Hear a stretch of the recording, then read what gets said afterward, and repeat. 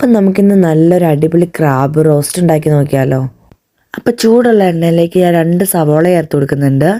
അത് വഴഞ്ഞു വരാൻ വേണ്ടിയിട്ട് ഒരു ലേശം ഉപ്പ് ആഡ് ചെയ്യുന്നുണ്ട്. അതിലേക്ക് ഒരു 4 പച്ചമുളക്, 2 table spoon ginger garlic paste, ഒരു 2 തക്കാളി ആഡ് ചെയ്ത് കൊടുക്കുന്നുണ്ട്. ആവശ്യത്തിന് കറിവേപ്പില. ഇത് പയ്യൊന്ന് വഴഞ്ഞു വന്നു കഴിയുമ്പോൾ അതിലേക്ക് ഞാനൊരു 2 ടേബിൾ സ്പൂൺ കാശ്മീരി മുളക് പൊടി ആഡ് ചെയ്ത് കൊടുക്കുന്നുണ്ട്. ഇതിലേക്ക് 1/2 ടീസ്പൂൺ കുരുമുളക് പൊടി, 1/4 ടീസ്പൂൺ മഞ്ഞൾപ്പൊടി, 1 ടീസ്പൂൺ മല്ലിപ്പൊടി ഇത്രയും ചേർത്തിട്ട് ഒരു 1/4 ടീസ്പൂൺ ഗരം മസാലയും കൂടി ചേർത്ത് നന്നായിട്ട് ഇളക്കി ആ പച്ചമുളകൊക്കെ ഒന്ന് മാറി വരുമ്പോൾ ഞാനിവിടെ തേങ്ങാപ്പാൽ ആഡ് ചെയ്ത് കൊടുക്കുന്നുണ്ട്. ഇനി ഇതിലേക്ക് ക്ലീൻ ചെയ്ത് വെച്ച ക്രാബ് ചേർത്ത് കൊടുക്കുന്നുണ്ട്. അപ്പോൾ 2 വലിയ ഞണ്ടാട്ടോ എനിക്ക് കിട്ടിയത്. ഇനി എന്നിട്ട് നമ്മൾ കുറച്ച് വെള്ളമോടെ ഒഴിച്ച് നന്നായിട്ട് മൂടി വെച്ച് ഒരു 10 മിനിറ്റ്സ് ഞാനിവിടെ കുക്ക് ചെയ്തെടുത്തിട്ടുണ്ട്. അപ്പോൾ ആ തേങ്ങാപ്പാലൊക്കെ നന്നായിട്ട് വറ്റി വന്നിരിക്കുന്നത് നല്ലൊരു ടേസ്റ്റിലാണ് നമുക്ക് കിട്ടിയേക്കുന്നത്. അപ്പോൾ എല്ലാവരും ട്രൈ ചെയ്ത് നോക്കണം.